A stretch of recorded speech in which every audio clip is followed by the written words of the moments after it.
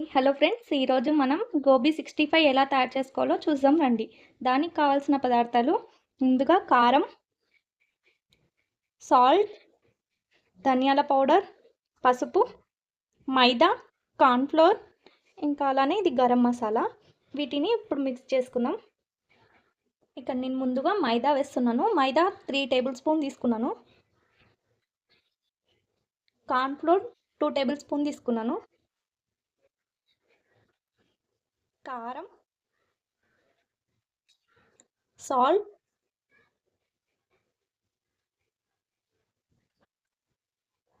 ధనియాల పౌడర్, పసుపు, గరం మసాలా, ఫ్రెష్‌గా దంచి పెట్టుకున్న అల్లం వెల్లుల్లి పేస్ట్. అల్లం వెల్లుల్లి పేస్ట్ వేసాం కదా, ఇప్పుడు నేను 1/2 ఇంచు నిమ్మ చెక్క పిండుతున్నాను. టేస్ట్ కోసం మీకు వద్దు అనుకుంటే స్కిప్ చేయొచ్చు. ఇక నేను ఫుడ్ కలర్ కూడా ఏమీ యాడ్ చేయలేదు. ఇప్పుడు వీటన్నిటిని కొంచెం కొంచెం వాటర్ వేసుకొని బాగా మిక్స్ చేసుకుందాం.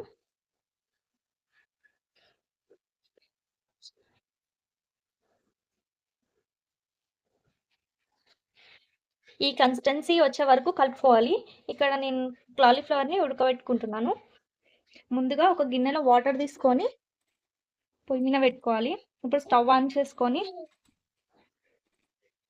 కొంచెం సాల్ట్, కొంచెం పసుపు వేసుకోవాలి. ఇలా వాటర్ బాగా బాయిల్ అవుతున్నాయి కదా, ఇప్పుడు మనం ముందుగా కట్ చేసి పెట్టుకున్న కాలీఫ్లవర్ని దీంట్లో వేద్దాం.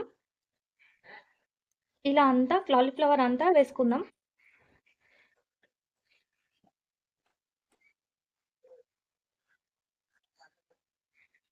ఇలా వాటర్ బాగా బాయిల్ అవుతున్నాయి కదా, ఇలా వచ్చినప్పుడు మనం ఒక ఫోర్క్ తీసుకొని కాలీఫ్లవర్ని ఉచ్చితే ఇట్లా సాఫ్ట్గా ఉండాలి. అప్పుడు పర్ఫెక్ట్ ఉన్నట్లు, ఉడికినట్లు.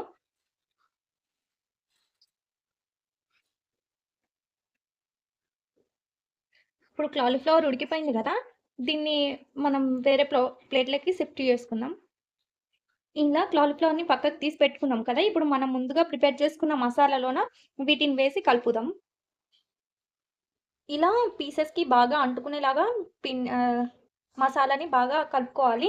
కొంచెం కొత్తిమీర, కరివేపాకు కూడా వేసుకోవచ్చు. నేను ఇక్కడ కొత్తిమీర ఒకటే వేసాను.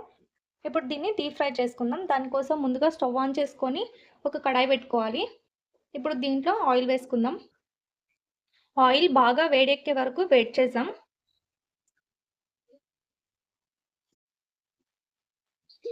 ఆయిల్ బాగా వేడెక్కింది. ఇప్పుడు మనం ముందుగా కలిపి పెట్టుకున్న గోబీని ఆయిల్‌లో డీప్ ఫ్రై చేసుకుందాం.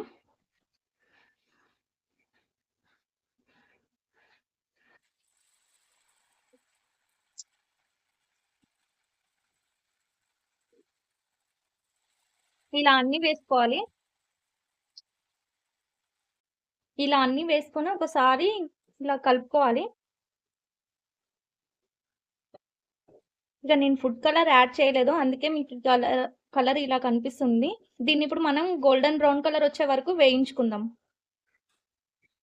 గోల్డెన్ బ్రౌన్ కలర్ వచ్చింది కదా, ఇప్పుడు మనం దీన్ని టిష్యూ పేపర్స్ వేసుకున్న ప్లేట్లోకి షిఫ్ట్ చేసుకుందాం.